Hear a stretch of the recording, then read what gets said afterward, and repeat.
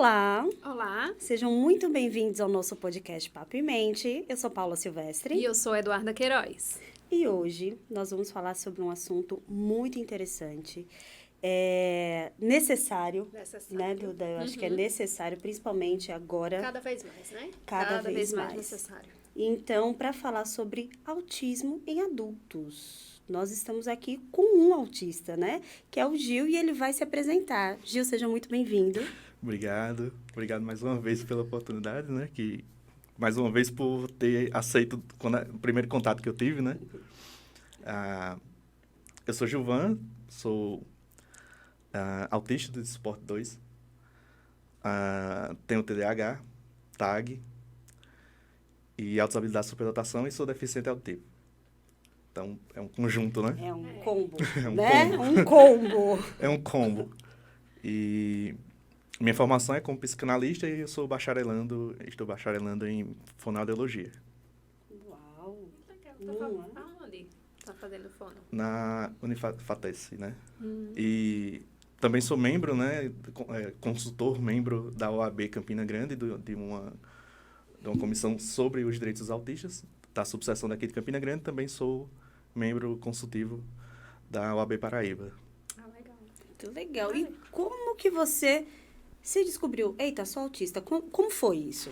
Porque assim, provavelmente você teve uma infância, uma adolescência, né? Ainda é jovem, né? Uma juventude e tal. Assim, não sei se limitada, mas com algumas coisas que você entendia que eram um pouco diferentes, né? Vamos se dizer assim. Mas até então você criava habilidades e vamos embora, né não? Mas e aí? Depois, quando você fez, eita, não, eu acho que é isso aí. Como é que foi? Tem assim, a minha história ela é dividida, né? Tem um grande marco de divisão, assim, do pós-laudo e antes do laudo.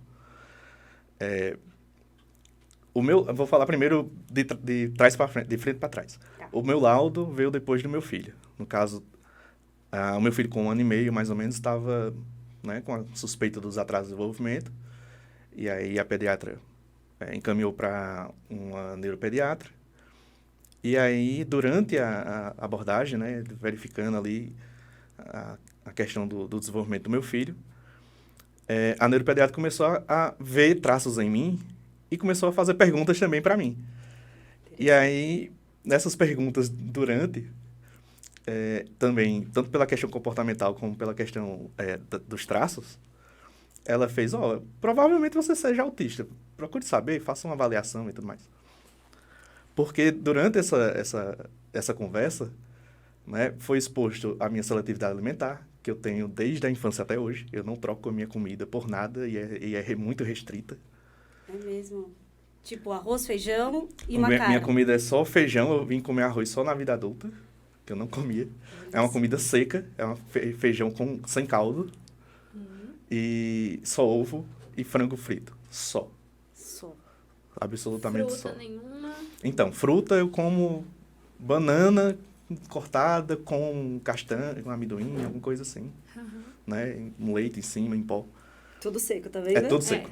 Tudo seco. Eu não como nada com molho, nada cozido. Pizza, já era. Tem que ser feita para mim. Tanto que tem uma pizzaria da cidade que faz específica para mim. Nossa, que interessante, que legal. Ele abraçou, né, o fato de ser autista com seletividade alimentar. Entendeu que a seletividade alimentar não é frescura. É como meu cérebro funciona. Isso. E aí ele faz a pizza específica, que é só a massa, o queijo e o frango desfiado sem tempero. Que legal, então, parabéns. Parabéns mesmo à pizzaria. Ela realmente ela abraçou a causa.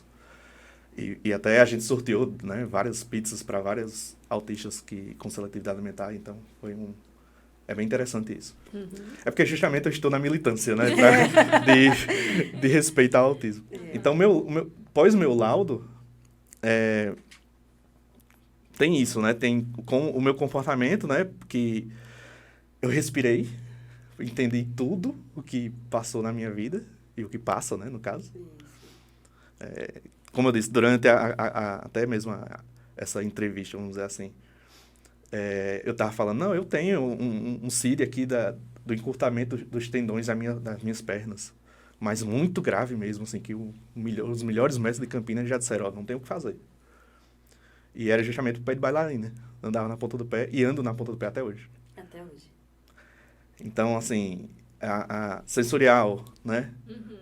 Tátil, né? A minha esposa comigo é um pouco complicada. E fora as crises, né? De pessoas, ambiente. Eu tive crise durante o casamento, na hora do sim. Então, pra você ter noção. Fui mesmo. Nossa. Então, assim, aí responde o que você tá perguntando, né? Como era o antes do laudo. Eu sempre me senti diferente. Sempre, sempre. Só que a diferença não era tanto não era uma questão de eu estou fora da casinha, sabe? É mais um mundo que não parece com o que eu imagino. Entendi. Então, é tanto que eu falo bastante, assim, em algumas palestras que eu faço, assim. Normalmente eu faço palestra mais para neurotípicos do que para autistas, então eu sempre pergunto, vocês já pararam para pensar de que os estranhos são vocês pra gente? Sabe? Porque eu converso com muita autista no Brasil inteiro, muito autista adulto, adolescente e adulto. E a gente tem uma sintonia de existencial muito grande, sabe? Temos como se fosse eu chamo até de um instinto diferente do neurotípico, que se enquadra para todos. O que difere da gente é só uma parte do comportamento, uma comorbidade, outra coisa. Mas parece que temos um existencial único, que são coisas do próprio autismo, né? Que é o senso de justiça muito forte, o pensamento muito lógico, né? E por aí vai. Então, acaba que eu sempre me vi meio distante ou meio divergente dos grupos, das tribos, das pessoas, né? Durante a minha vida, mas mascarei muito. E não sabia por quê, assim, eu só sei que quando eu sei que tinha que sair de casa, fazer tal comportamento, que era assim que as pessoas faziam, e chegava em casa extremamente cansado e assim, me recolhia para o meu quarto. Então, é horrível, mas, ao mesmo tempo, é horrível porque eu não pude ser eu. Esse é o ponto. Aí, pós-laudo, ainda há uma rigidez, porque a sociedade cobra que eu me comporte como normativo, né? Um comportamento normativo. Só que essa cobrança ainda me traz muitos problemas, principalmente agora sabendo que eu estou mascarando. Porque eu tomo 3 vezes por dia remédio de enxaqueca. Ela vem e volta, vem e volta, vem e volta. De tanto eu ter que me comportar da forma de sentar, da forma de falar, da forma de ouvir, da forma de olhar. Não reclamar da iluminação, não reclamar do barulho. Enquanto isso tudo tá me estimulando, criando crise. Só que tem horas que não dá, né? Aí eu tenho minhas crises. Não tem jeito. Não tem como, né? Tem hora que... Principalmente por estar em um suporte maior, né? Que eu não consigo fazer determinadas coisas sozinho. Então, acaba que esses estímulos eu não consigo controlar. E, no caso, para conseguir emprego, até mesmo no seu relacionamento, né? Como foi chegar na sua esposa? Você que pediu ela em casamento, como é que foi? É interessante, né? Porque eu sempre disse assim, eu sempre digo, quando perguntam sobre autismo para mim, até você me perguntou, né? Quando foi o autismo e tudo? Eu sempre digo assim, não, o meu laudo de autismo não foi na vida adulta. Eu nasci autista, então desde 86 eu sou autista. Isso. Eu só tive uma comprovação do que era, das minhas dúvidas da vida, a partir do laudo. Então, na questão do emprego era assim, como eu disse, eu tenho uma mente muito lógica. E isso está muito forte, está muito entrelaçado com as minhas altas habilidades de superdotação. Porque com 11, 12 anos, eu já programava, já fazia aplicativo. E eu vendia para a feira de tecnologia que tinha ali no Espaço, a Fertec, para empresas, no caso, né? E a empresa apresentava como se fosse dela, mas foi uma criança que fez, sabe? Eu já trabalhei no parque tecnológico, isso tudo ainda na pré-adolescência e adolescência ali. Já trabalhei fazendo papel timbrado para o cartório, primeiro cartório de ofício daqui de Campina Grande. Meu pai trabalhava lá e eu ganhava mais do que ele. Então... Aí eu pegava todo o dinheiro e entregava para ele e fazia, contanto que tenha um todinho e um biscoito, tá ótimo. Tá certo, né? Já se fosse uma mente típica, talvez não pensaria assim, né? Não. Porque eu via a lógica da coisa. Pronto, minha casa tem necessidades, então Se meu pai passa por necessidades e eu tô com dinheiro na mão, vou entregar a ele para ele pagar as contas, pra comprar comida, enfim. Era assim. A minha cabeça é assim. Então, eu já comecei muito cedo trabalhando, assim, por fora, né? Por mim mesmo. Fui apresentado a fotografia muito cedo, aos 8, 9 anos, por aí. Aí, comecei a trabalhar como fotógrafo de moda. Tenho trabalhos com ganhos, né? Trabalhos premiados internacionalmente. Já fui chamado para trabalhar para grife na Itália, em Nova York. Só que eles não sabiam que eu era de Campina Grande, Paraíba. Aí eles mandaram um e-mail: precisamos de você aqui na próxima semana para cobrir a nossa... fazer aqui um catálogo, alguma coisa assim, dos nossos novos produtos. Aí eu, sim, mas não dá tempo de eu tirar o passaporte, visto. Mas você não é daqui? Você... Eu escrevendo, respondendo em inglês. Né? Não, eu sou de Campina Grande, Paraíba. Brasil! É porque, na época do auge, quando eu tava fotografando moda, era ainda na época do MSN, não tinha redes sociais, essas que bombam, né? Sim, sim. E o meu site conseguia entre 15 a 17, quase 20 mil acessos por dia. Nossa. Era muito acesso para a época, mas muito acesso, né? E não tinha assim, não era um site de notícia nem nada, era só as fotografias. Então o Brasil inteiro via, o mundo inteiro via, acabava vendo, né? E aí fiz concurso de fotografia e arte, ganhei lá fora e tudo mais. Só que é aquilo que eu disse, né? Para trabalhar em empresas é muito mais difícil. Porque, como eu sempre trabalhei só para mim, eu consigo me delegar, né? Ali, o meu tempo, a minha rotina, né? O espaço, que ninguém atrapalhe, que não tenha intervenção né, sensorial. Principalmente isso, no caso, mas né? eu não sabia, né? Na época, né? Então, dentro de casa, para mim, era melhor. E eu sempre tive muita dificuldade para conseguir trabalho por 2 quesitos. Um, que era a entrevista, porque a entrevista cobra um comportamento até... É uma máscara a mais, é uma máscara social a mais, né? Porque você se prepara para uma entrevista. Aí você vai todo alinhado, jeito de falar, tem gente que faz oratória só para poder fazer uma entrevista. Isso. Mas é uma cobrança muito complicada para pessoas autistas, porque, por exemplo, se eu não olho nos olhos, aí não tá passando confiança. Só que aí vem aquela questão. Será que o que eu sei, ou seja, as minhas aptidões, as minhas qualidades, que isso está dentro do RH quando vai empregar alguém, né, das competências, é menos importante do que o olá, tudo bom, bom dia, meu nome é Gilvan e tal, e fazer todo aquele, né? Então, eu acredito que quando, principalmente hoje, assim, que tem o laudo, apresenta primeiro, e aí sim, deveria-se fazer toda um arranjo de entrevista baseado em uma pessoa neurotípica. Então já não vou cobrar tanto disso dela, vou saber se ela consegue trabalhar assim, assim, assado, com tal público, com pessoas ou não, com um grupo ou não, por aí vai. Então, mas infelizmente não é assim, né? Não. É uma regra que tem que servir para todos, se você não se encaixa, perdeu o emprego.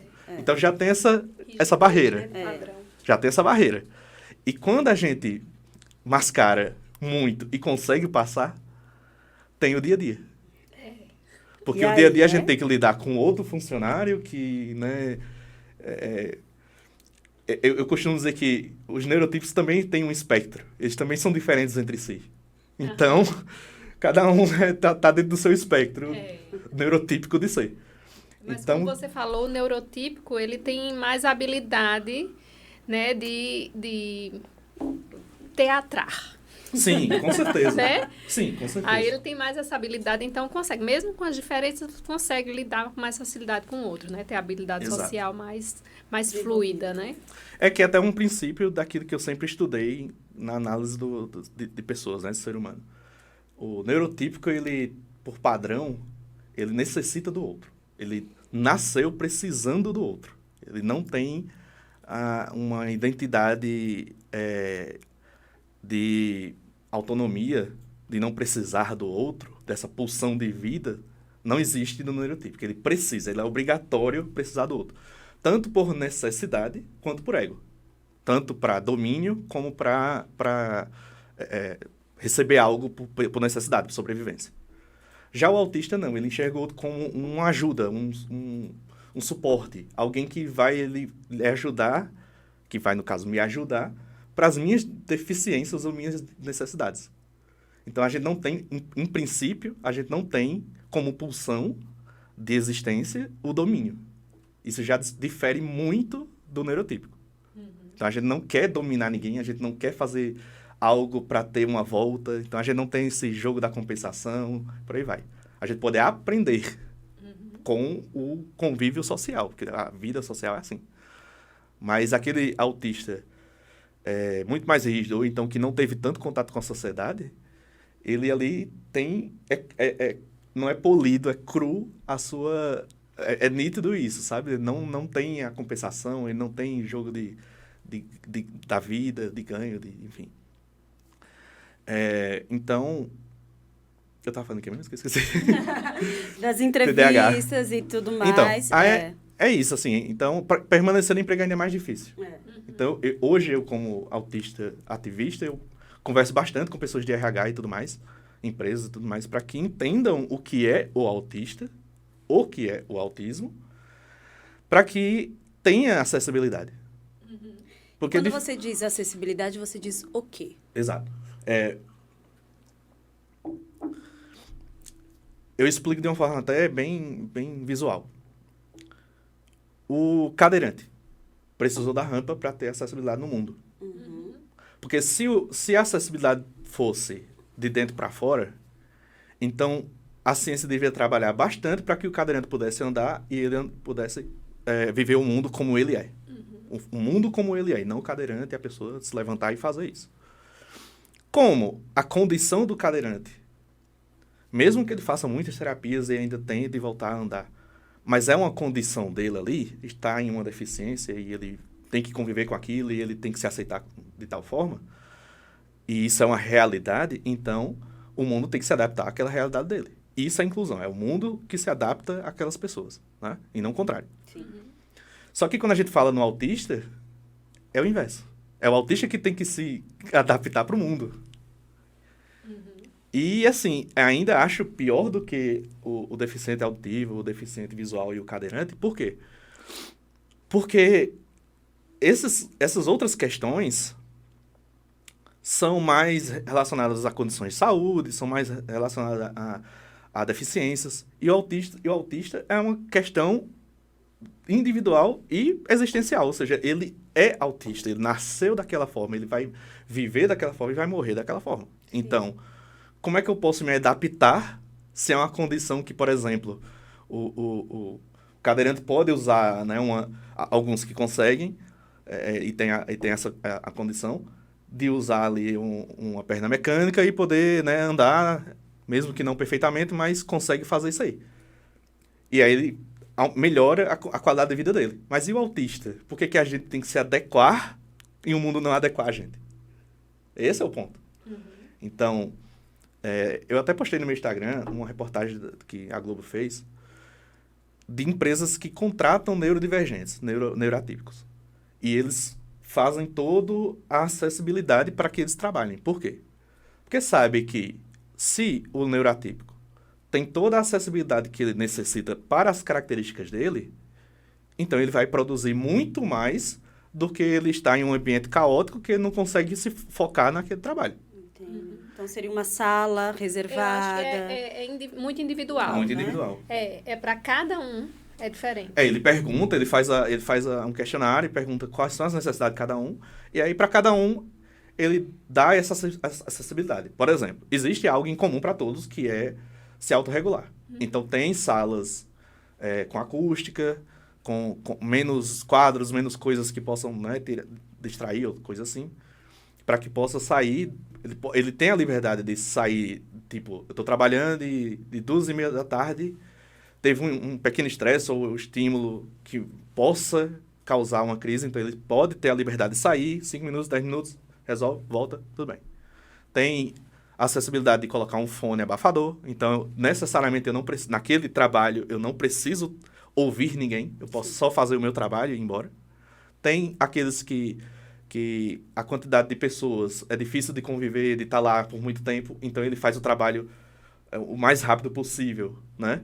Ou pode terminar em casa e ele não precisa seguir a quantidade de horas de trabalho comercial no estabelecimento. Então, são essas acessibilidades individuais que vai fazendo com que a empresa só vai ganhar, né? Porque o resultado é excepcional. Então, eu até falo muito assim, quando a gente está falando de autismo, vamos focar nas eficiências do autista do que nas deficiências do autista. Porque a gente só fala tanto das deficiências, nos déficits. Só que a gente tem qualidades, sabe? Não importa o grau, não importa o nível, não importa o grau de comorbidade, não importa o nível de suporte. Nós temos nossas eficiências, sabe? Então, por que focar tanto nas deficiências? Aí, lógico, por qualidade de vida, mas já é difícil dar esse suporte. Então, se está difícil dar o suporte para isso, foque então no que a gente é bom em fazer.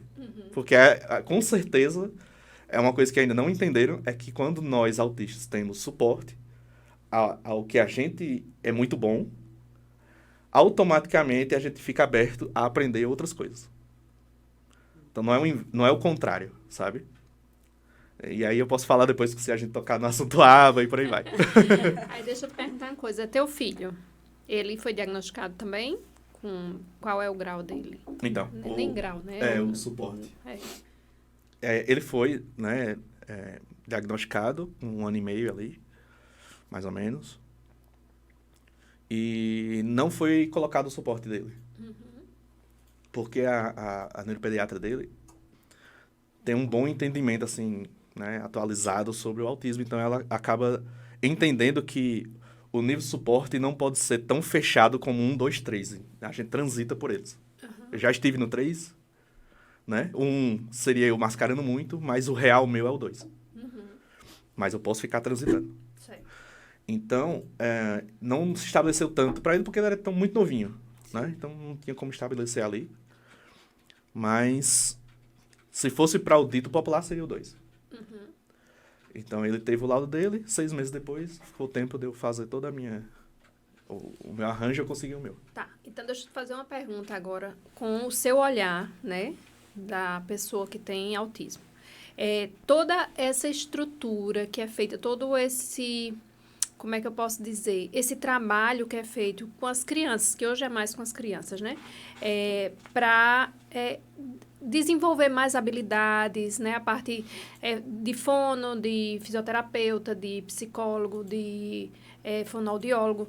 Isso tudo que é feito, você vê como uma forma de querer colocar o autista dentro, moldar o autista para entrar dentro da sociedade, ou não? Ou você vê que é uma forma de minimizar todo esse sofrimento. É uma forma do autista lidar melhor e minimizar todo esse sofrimento, né? De não saber lidar com a situação, com as coisas. Pensando na qualidade de vida. Sim.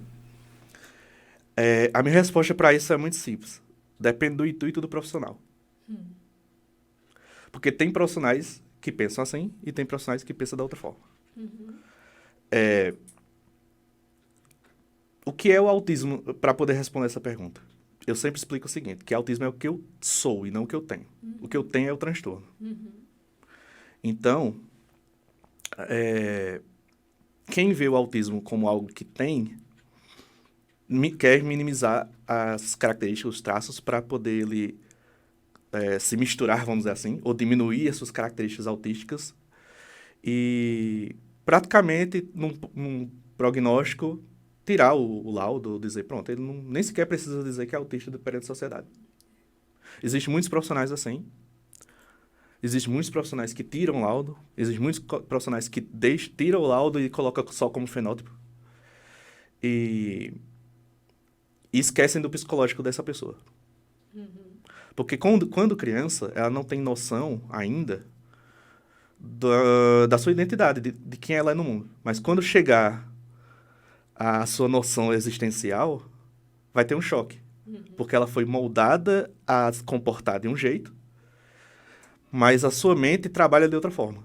Então, vai ter aquele choque muito grande de por que eu tenho que fazer tal coisa fui assim que fui ensinado, mas para mim é ruim, meu corpo reage de tal forma, porque por mais que passe por todas as terapias, a pessoa ainda vai continuar sendo autista. E vai chegar um momento que essas terapias vão parar. E aí, a sua existência vai ficar mais à tona. Principalmente quando embarca a sociedade. Porque você vai conflitar. Vai fazer, olha, mas eu não consigo estar naquele ambiente com muito barulho. Mas me ensinaram que festa é legal, socializar e tudo mais. Mas é ruim, porque eu volto para casa com muita dor e lá mesmo eu não consigo e tudo mais. Por mais que treine isso, vai ter esse choque. E isso vai afetar drasticamente o psicológico. Então, assim, existe o profissional que entende que está minimizando as coisas para poder ter qualidade de vida. E existe o que quer que o autismo não seja tão presente na vida daquela pessoa. As características autísticas não sejam presentes naquela pessoa. Então, como eu disse, a resposta é o intuito do profissional.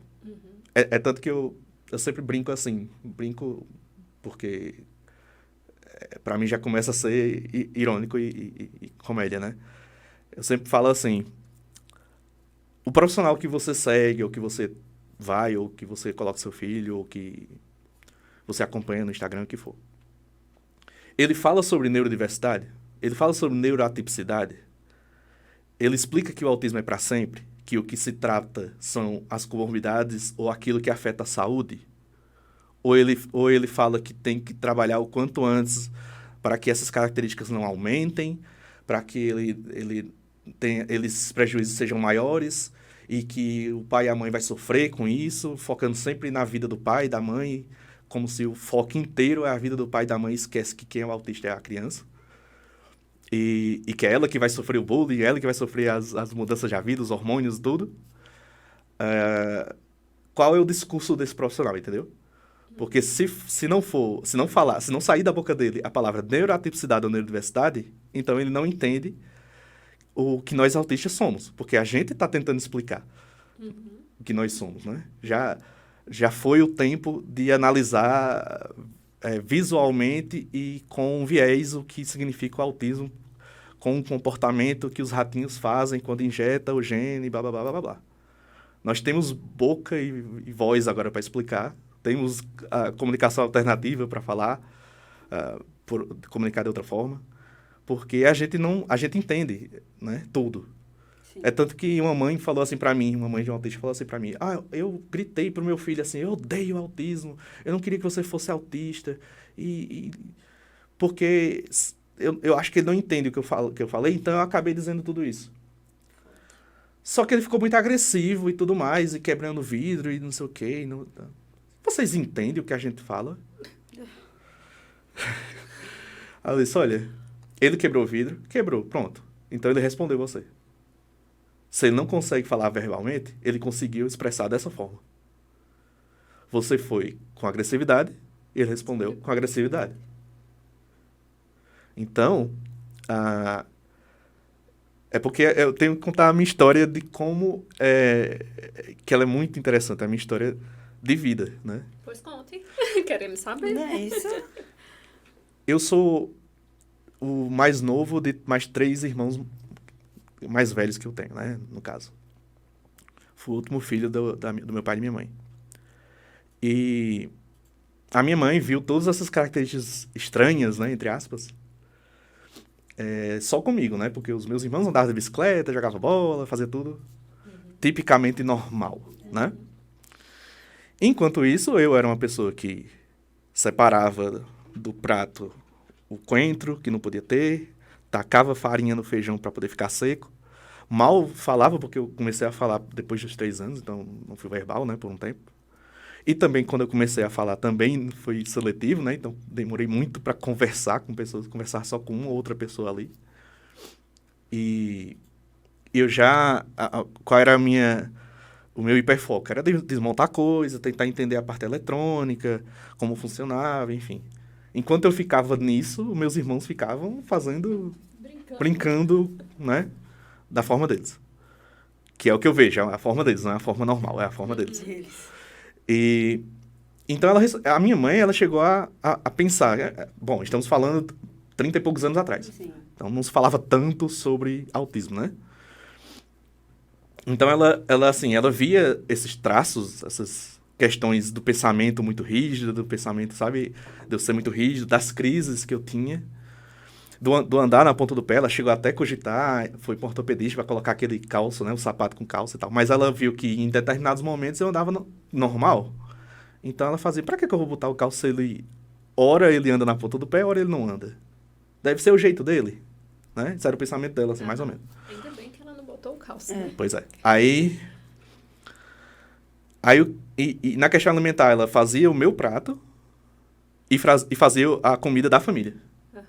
Então, ela não insistia. Ela fazia assim, ela apresentava os outros elementos de comida.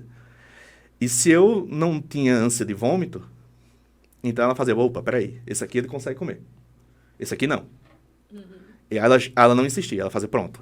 Aí eu lembro, assim, das tias, né, todo mundo... Você tá mimando demais ele. É frescura. Tem que ensinar a comer isso e aquilo. Porque E ela tinha uma sensibilidade, Tinha né? uma sensibilidade. Isso é falta de Falta de pé. Aí ela fazia, não, é o jeito dele mesmo, ele é assim. Ela falava muito isso. Ele é assim, é o jeito dele, ele come assim, ele não tem nada não. E eu era muito magrinho, sabe? E por aí vai. E aí o que acontece? Ela continuou fazendo isso. O médico disse, né? Você tem que botar um calço. Ela, não vou botar não. Aí os pediatras diziam, não, você tem que fazer ele comer, tal. Ela, mas ele come com gosto tão, sabe assim, parece que tá comendo um manjar dos deuses, sabe? Aquela comida. Então, por que eu vou, né? Insistir se quando eu boto ele vomita? Não vou. Em tudo foi assim. Na questão até educacional. Ela não cobrava as regras que cobrava dos meus irmãos, né? De fazer as atividades em determinada hora, a hora do banho, aquela coisa. Não, era tipo... Ele só consegue tomar banho naquela hora, então deixa ele tomar banho naquela hora. Tá tomando banho? É o que importa. Fez a atividade, que horas? 2 da manhã. Beleza, fez. Tirou a nota boa? Tirou. Pronto, tá bom. E aí ela deu essa liberdade pra mim. Meus irmãos não teve inveja, não teve nada disso, porque com o tempo eles foram vendo também assim, não, é o jeito dele. Né? Então, eu ficava sempre trancado no meu quarto, mal conversava. Quando chegava a visita, eu me trancava. Não queria conversar com ninguém, porque para mim era horrível conversar, manter contato com gente. E eu tinha aqueles amigos selecionados, né? Então, essa sensibilidade foi sempre, desde a pré-infância, primeira infância. Ela lutou muito por isso, por exemplo, na escola, quando... Eu não lembro agora qual foi a série, que os professores disseram assim, não, ele tá respondendo o que deveria ser da próxima série, do próximo ano. Então ela fez, então por que ele ainda tá nessa série? Aí a escola avançou um ano, então eu comecei em uma série e terminei o ano na outra série. Aí já na quarta série, por exemplo, a última prova do ano, eu respondi, uma prova de matemática, eu respondi a fórmula de outro jeito. Que chegou no mesmo resultado. E a professora não aceitou de jeito nenhum, porque... Não foi como ela ensinou. Não foi como ela ensinou. Porque e também não foi como eu aprendi em outro livro. Era uma forma que, logicamente, na minha mente, funcionava. Era aquilo. Daquilo ali, chega nesse resultado porque faz sentido, né? Aí a professora quis me reprovar por isso. Aí minha mãe foi lá e disse, não, olha, você tem que entender que se ele responde dessa forma, tá errado? Não tá errado, porque ele só respondeu de outra forma que ele só vai aprender lá na frente, com outra série. Sim, mas não tá certo. Pior se ele respondesse e botar só o número final como correto e a estrutura estivesse errada. Aí ela, tá. Aí aceitou. Então, ela sempre defendeu o meu jeito de ser, né? Que nada mais era de ser uma pessoa neuroatípica. E aí é interessante essa história, por quê? Porque teve o lado do meu filho. E aí, eu e minha esposa ficou, meu Deus, o que é autismo? Porque a gente não sabia, né? E agora? Vamos estudar, vamos ver o que é, né? A médica já disse que eu possa ser ou ter, né? Na época a gente usava muito a palavra ter. E aí, começou a responder muitas coisas na minha cabeça, mas eu não tinha o laudo ainda. E aí a gente foi falar pra minha mãe, só. o seu neto, ele é autista. Aí ela, o que é isso, meu filho? Eu disse, não, é o quê? Alguma doença, alguma coisa? Não, a mente dele funciona de outra forma, né? Eu já tinha muito, assim, eu sempre digo que quando eu tive o meu laudo, a chavinha ligou, sabe? E aí parece que veio um mundo de informações sobre autismo pra minha cabeça que eu não sei de onde veio. Natural, sabe? Mas ainda não tinha o meu laudo, então a gente só foi falar pra família porque sempre tem isso, né? Vamos falar pra ver qual é a reação da voz e tal. Aí existe muito preconceito, né, e tal. E quando a gente falou pra ela, a gente só, o seu neto, ele é autista. Então ele funciona dessa forma, a comida dele é assim, ele anda na ponta do pé, ele não vai olhar nos seus olhos, tem uma dificuldade enorme de olhar nos olhos. E entre outras coisas, né? Todas as características dele. Aí ela disse, nossa, ele é igualzinho a você. Do mesmo jeitinho quando criança. Do mesmo jeito, igualzinho. Aí eu disse, sério, mãe? Assim, igualzinho, meu filho, igualzinho. Até hoje, né? Ele vai crescer e vai ficar igualzinho a você. Tá tudo bem, meu filho, tá tudo certo. Aí ela fez, não, então não tem problema não. Ela falou, não, isso não é um problema não, meu filho. Não acho que tem defeito nele, não. E aí veio o Covid e ela faleceu antes de saber do meu lado. Então ela não sabia que o filho também era autista. Ela sabia. Não, digo por laudo, né? Claro, De uma mas forma ela sabia. fechada, né? Ela não sabia. Ela só não quis lhe dizer. Então você é autista também, meu filho. Pois é, né? É porque, então... Ela diz com outras palavras, né? Exato. Igualzinho, É por isso que é interessante essa história, porque a forma que eu educo meu filho hoje, se for pra gente seguir, né, como, agora falando como psicanalista, né, seguir as regras que os pais nos ensinam, né, porque sempre existe assim, né, se nossos pais foram nocivos, a gente ensina o inverso, o lado bom, porque a gente sofreu. Se nossos pais foram muito bons, então a gente replica o ensinamento. E isso é a conduta normal parental, né? De se ensinar para a família.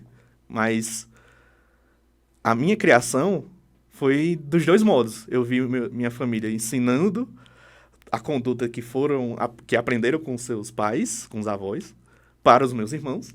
E vi minha mãe ensinando para mim totalmente diferente uma conduta de educação parental. E eu faço isso com meu filho. Eu respeito o limite dele, eu respeito as estereotipias, eu respeito o tempo. A gente conseguiu entender, traduzir, porque ele não é verbal, né? Então, conseguiu traduzir tudo antecipadamente para que ele não tenha crise. Então, hoje é raro ele ter crise. Porque a gente consegue entender antes de ter uma crise. Eita, calma, ele vai ter crise. O que é? É tal coisa. Quando a gente desvia e troca e ajusta, pronto. Ele não tem mais crise. Então, porque justamente a gente tem essa visão de respeitar ele como ele é. Que legado sua mãe deixou, né? Que ensino sem conhecimento, né? Porque não tinha conhecimento da época e tal, mas a sensibilidade, né? Com o filho. Sensacional. E você aí tá com... A gente vê assim, agora você com seu filho, você tá com as cartas na mão agora, né? Para que ele que ele é um autista, mas ele seja um adulto com menos comorbidade, né? Sabendo os seus limites e com um mundo que, com certeza, vai estar mais acessível para os autistas, né? A minha luta, eu sou ativista, né? Então, a minha luta é para que o meu filho com a minha idade não precise fazer isso que eu estou fazendo. Eu abraço todas as oportunidades que fazem comigo, que para mim não é expor Gilvan Rangel, é ouvir um autista. Porque a gente passou a vida segregada dentro de sanatório, dentro dos quartos, sabe? Sem ter voz. Era somente julgado pelo nosso comportamento. E não entendia o porquê do nosso comportamento. Não entendia o porquê da estereotipia, não entendia o porquê do andar na ponta do pé. Como tem profissionais que já dizem assim, a hipersensibilidade na sola do pé, com o chão. Tem certeza? Porque eu fico na ponta do pé em momentos de ansiedade ou de felicidade. Eu tô conversando, por exemplo, eu tava falando sobre autismo para uma pessoa lá no shopping, de um quiosque que tem um sobrinho autista, E quando o assunto ficou muito forte, a gente conversando muito, tava na ponta do pé e não percebi. Quando eu olhei, aí... Quando alguém vai falar comigo você quer fazer aqui uma palestra, uma fala aqui na tribuna, na Câmara, onde for, aí eu tô respondendo a pessoa na ponta do pé. Então assim, é importante pra gente, sabe? E a gente sabe por que que a gente tem aqueles comportamentos. A questão é que o autista nunca pergunta e nunca questiona os comportamentos do neurotípico. Mas o neurotípico sempre questiona e não entende, ou custa entender, o comportamento do atípico. É porque é novo, né? De qualquer forma, é novo. Porque esse diagnóstico faz poucos anos. Uhum. Então, a gente não entende muita coisa, né? Até a questão do próprio andar na ponta do pé, como você falou aí. Você disse que era uma rigidez dos tendões. Sim. É uma rigidez mesmo, real, ou não? No meu caso, foi por andar muito na ponta do pé. Aí a importância da fisioterapia, Exato. né? O trabalho precoce é para... Exato. Né? Mas quando vai fazer a fisioterapia, o que eu sempre converso assim, meu filho faz terapia, né? Então, o que a gente tenta conversar com os terapeutas é o seguinte: ajude ele a andar com o pezinho inteiro no chão para que não tenha esse encurtamento dos tendões que eu tenho. Mas não o force a entender que isso é uma forma correta de andar, porque afinal ele precisa, em alguns momentos, ficar na ponta do pé. Isso. Exatamente. Mas, infelizmente, os profissionais que a gente tá vendo, quando a gente leva para os lugares, não pensam assim. Tanto que vários falam assim, não, mas com a minha esposa, né, que leva ele, porque de vez em quando eu que vou junto, mas o ambiente é muito caótico para mim, então nem sempre eu vou. Aí ela fala, não, mãezinha, mas a gente segura na cabeça do seu filho para que ele olhe nos olhos e até que ele firme olhar nos meus olhos. Mas não é essa a questão, né? Não é isso, ele não precisa disso. Entendeu o que eu tô querendo dizer? Entendi. Então a gente força, assim, ele a pisar na ponta do pé, a gente segura, assim, e ele tem que andar na ponta do pé. E em casa... Justamente para evitar um problema de rigidez, né? Por isso que eu falei qual é a intenção. Mas não impor. Por isso que eu disse qual é a intenção. Em casa, eu ensinei o meu filho a andar com o pé inteiro no chão. Eu fiz assim, Leon, pezinho no chão. Aí ele bota os 2 pés no chão e anda assim. Aí quando ele tá eufórico, andando pra lá e pra cá, aí ele sobe de novo. Aí eu faço, Leon, pezinho no chão. Aí ele bota de novo. E aí acaba sendo um exercício. Né? E ele também entende. Tanto que quando ele vai a pé, né, de casa pra escola, porque é na mesma rua, e todo o trajeto ele vai com o pezinho no chão. É só nos momentos de euforia, de alegria. Então, é isso que eu tento passar. Foi esse ensinamento da minha mãe, entendeu? Que eu tento passar. Que é respeitar as nossas características, porque pra gente tudo tem sentido, né? Isso, o balançar as mãos tem sentido, o não olhar nos olhos tem sentido, tudo tem sentido. Tudo faz e é algo que, por mais que a ciência tente procurar pelas sinapses, pela falta de uma química de algo, pode procurar à vontade. A questão não é essa. A questão é que, pra gente, que agora estamos falando, que estão nos ouvindo, é além de um gene lixo, é além de um comportamento inadequado, é além de uma sinapse mal compassada. É além, sabe? Porque é sobre a nossa existência. E se você prestar atenção, muitas das coisas que a gente faz ou que a gente se comporta, o neurotípico queria fazer, mas não faz por causa de uma pressão social. Verdade. Entende? Então, é uma controvérsia, sabe, a história, porque a gente vê esse arranjo estranho neurotípico do comportamento social e a gente é visto como estranho por ser sincericídio demais, né? Se fala demais, sincero demais. Só que na hora a gente vê que, no fim das contas, o comportamento que mais a gente tem que observar é do neurotípico e não do autista. Então, até porque o próprio manejo, né? Não é o do autista, é o manejo do que o neurotípico quer que o autista alcance e chegue lá. Por isso que é importante ouvir os autistas, sabe? Porque, por exemplo, eu como adulto preciso de terapia, mas é negligenciado, porque quando a gente vai para uma clínica não aceita, é muito difícil. Só pensam nas crianças, né? Eu acho que eles não estão nem preparados. Eu acho que essa é a questão, sabe? Não estão preparados para atender adulto. Isso. Porque tudo é muito novo. Então, eles estão indo, porque o boom foi para as crianças, né? E esqueceram que também os adultos foram crianças, E né? aí, mas aí eu vou ter que discordar por um ponto só. Eu concordo totalmente, mas eu discordo por um ponto. Que o mesmo trabalho que se faz com as crianças, principalmente, por exemplo, numa terapia motora, se faz com o adulto. Sim. A questão, até mesmo por exemplo, eu não tenho força nas minhas mãos. Então, eu tenho esse problema, eu tenho que trabalhar com isso, né? O psicológico para entender as emoções, tudo isso é igual, só muda uma forma, né, um protocolo, alguma coisa assim. A questão volta de novo ao mesmo ponto, a intenção. Porque se a intenção for qualidade de vida, então não tem restrição de idade. Agora, se a intenção é remover, tirar, camuflar o que for, né, sair do espectro, que eu odeio essa frase, então não vão trabalhar com autistas adultos. Tô entendendo. Tô entendendo. verdade. Principalmente aqueles que mascaram muito. Sim. Ah, você tá bem, tá casado, pra que você vai fazer terapia? Deu certo, né? Você É, tá não, conseguindo, vai-se embora. O calcanhar de Aquiles da terapia, do trabalho de atendimento a autistas, são os autistas adultos. Porque todo o foco está na intervenção precoce, nas crianças, para o quanto antes, plasticidade, não sei o quê, tudo.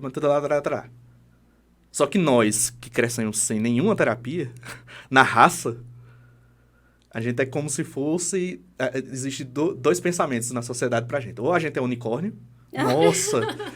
Meu Deus, ele... Eu não sabia que existia. eu não sabia. E quer dizer que você... Não, você é autista mesmo? Não. Aí quando mostra todas as provas, aí faz... Meu Deus, então quer dizer que o autista pode crescer e ser assim e tudo mais. Porque, como você disse, é tudo muito novo. Mas é tudo muito novo num foco em crianças. Sim. E aí... é onde está o problema, porque a gente cresce. Exatamente. Será que as terapias são para o agora ou para o futuro dessas crianças? Porque a gente não teve nada. O foco, eu acho, está sendo no agora, É. né? Entende o que eu tô querendo dizer? É o preventivo, né? Então, só que, Já para tem uma mim, galera aí, né? para mim, o foco deveria ser o futuro dessa criança, não apenas o agora. É algo a se pensar, né? Porque, principalmente o psicológico. As taxas de suicídio no autismo é gigantescas. Eu já fiz uma live, onde durante a live, um autista que é profissional, né, da segurança, foi atender um caso de um suicídio. E ela cogitou, né, ela viu ali que provavelmente era um autista. Durante a live. Então, é real isso. Porque o choque que a gente tem existencial é muito grande. Sim. E aí, é uma coisa, como você falou, a se pensar. Vou botar mais uma carta na mesa a se pensar. Não se tem resultado do que vai acontecer com essas crianças mediante a todas as terapias hoje. Mas a gente tem resultado contundente das crianças que não teve terapias. Sim. Que é a gente. Então, a gente precisa fazer um estudo, qualitativo e quantitativo que for, do que será, principalmente psicológico, que vai atingir o psicológico, daqueles que não teve essa gama de terapia, com aqueles que não teve. Porque quando a gente pensa em autismo, o filho, a criança foi laudada como autista. Aí vem o kit autismo, manda todas as terapias, em vez de pensar individualmente quais são as necessidades de fato. Sim. De fato ele precisa para isso, de fato ele precisa para aquilo, né? Porque isso vai atrapalhar a vida dele, tanto em qualidade de vida, como tem uma problemática na saúde. Beleza. Só que, como eu disse, a gente cresce e a gente vai continuar precisando, porque não existe autista de suporte zero. Todo autista precisa de suporte. Sim. É aquilo que eu disse, né? O neuroatípico tem transtorno para o resto da vida. E o neurotípico pode ter ou não transtornos. né? Que eu duvido muito. Eu acho que todo neurotípico tem transtorno. Ninguém é normal. Eu acredito que todo neurotípico tem transtorno. Então, quando chega na vida adulta é negligenciado. Esse é o problema. Sabe? E aí vem justamente a questão da intenção. Mas, Gilvan, você fala tão bem, você vai, faz palestra, você é convidado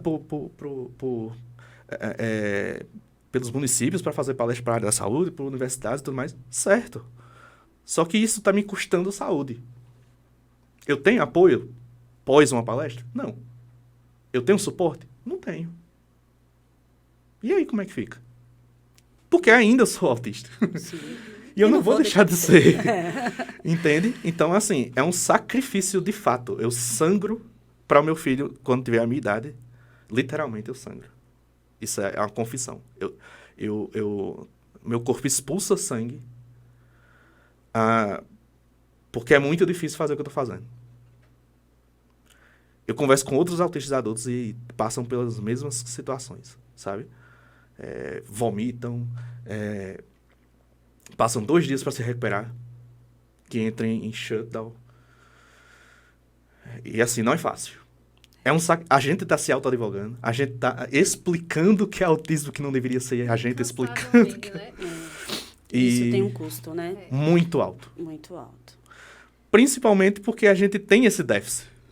Então, se a gente tem esse déficit, a gente precisa da acessibilidade, que é aquilo que eu falei, é a rampa que a gente não tem ainda.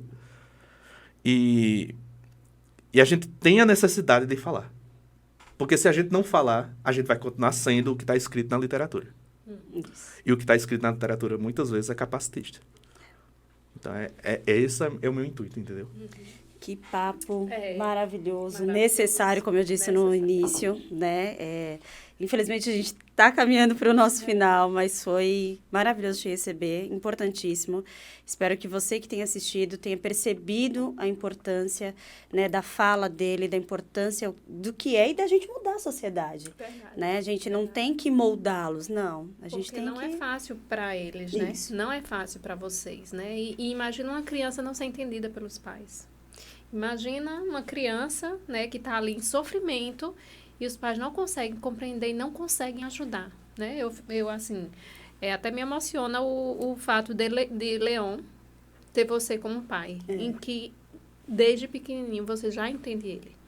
E né? eu até digo assim, que o transtorno a gente tem para a vida inteira. Então, o sofrimento depende do ponto de vista. Porque a gente sofre por não ser atendido. Entende? Porque se a gente fosse atendido, a gente não teria sofrimento. Se a gente tivesse toda a acessibilidade possível, a gente não tinha nada para reclamar. E começa em casa. Pois é, então, é justamente, eu até digo assim, o que a gente precisa? Autistas precisam, não é de um encaminhamento para que ele se adeque. A gente precisa de tradutores. Pessoas que olham, enxerguem além do comportamental, além do que está se observando, traduza e aí sim respondam para que a gente também entenda a mesma resposta. Ou seja, a gente está falando de um jeito, estamos expressando uma dor ou outra coisa de algum jeito, e a gente quer que as pessoas estudem bastante para traduzir o que a gente não consegue ainda expressar. Então, por exemplo, meu filho não consegue dizer que tem dor. Então, a gente, por muito tempo, por algum tempo, a gente não sabia quando ele tinha dor de cabeça, dor de barriga, dor da perna. Porque ele não fala, ai, dói. Não, ele não fala isso. Ele cai, bate a cabeça e sai andando e não fala. Ele não expressa o rosto de dor, ele não fala, não fala dodói. A gente está tentando ensinar isso a ele. Mas, justamente, a sensibilidade que a gente tem de tentar entender, traduzir, cada pontinho é que faz a gente saber, ele precisa tomar um remédio de dor de cabeça. Aí, quando ele toma, ele melhora. A gente viu que foi isso. Isso vai fazer a diferença na vida dele. Mas é justamente, o ponto principal é a gente descascar quem nós somos para entender o outro. Isso, infelizmente, ainda é muito forte dentro do ego do ser humano. Ele quer que o outro se comporte como ele. Então, fala, meu filho, diga que a dor é assim, fala isso aqui. Porque se fosse eu, falaria, entendeu? Então, eu preciso deixar eu um pouco de lado para entendê-lo. E aí sim eu consigo traduzir e manejar ele. Então é assim que mais ou menos eu acredito que deva ser o manejo para autistas. Bem reflexivo. Muito reflexivo. Gil, a gente só tem a agradecer, né, por esse papo. E você pode voltar quando quiser, não é? Para a gente dar voz, né? Porque é muito importante. Eu acho que mais espaços como esse deveriam ser abertos para vocês e para a gente entender e mudar, né? Porque nós temos que mudar, né? Deixar tudo muito acessível e entender, como você disse, É uma via de mão dupla, né? Os autistas entenderem o mundo neurotípico e o neurotípico entender o autista para incluí-lo. Exatamente. Gente, esse foi o nosso papo de hoje. Espero que vocês tenham gostado. E aí, bem reflexivo, né? Então, curta, comente, compartilhe, porque é extremamente necessário. Ativa o sininho. Ativa o sininho. Vão lá nas nossas redes sociais. Vão na rede social do Gil, que vai estar ali. A gente vai colocar, né, na bio. E é isso, né, gente? Porque a gente é diferente. Mas o papo é imenso. É isso aí. Tchau, tchau. Tchau, tchau. Obrigado.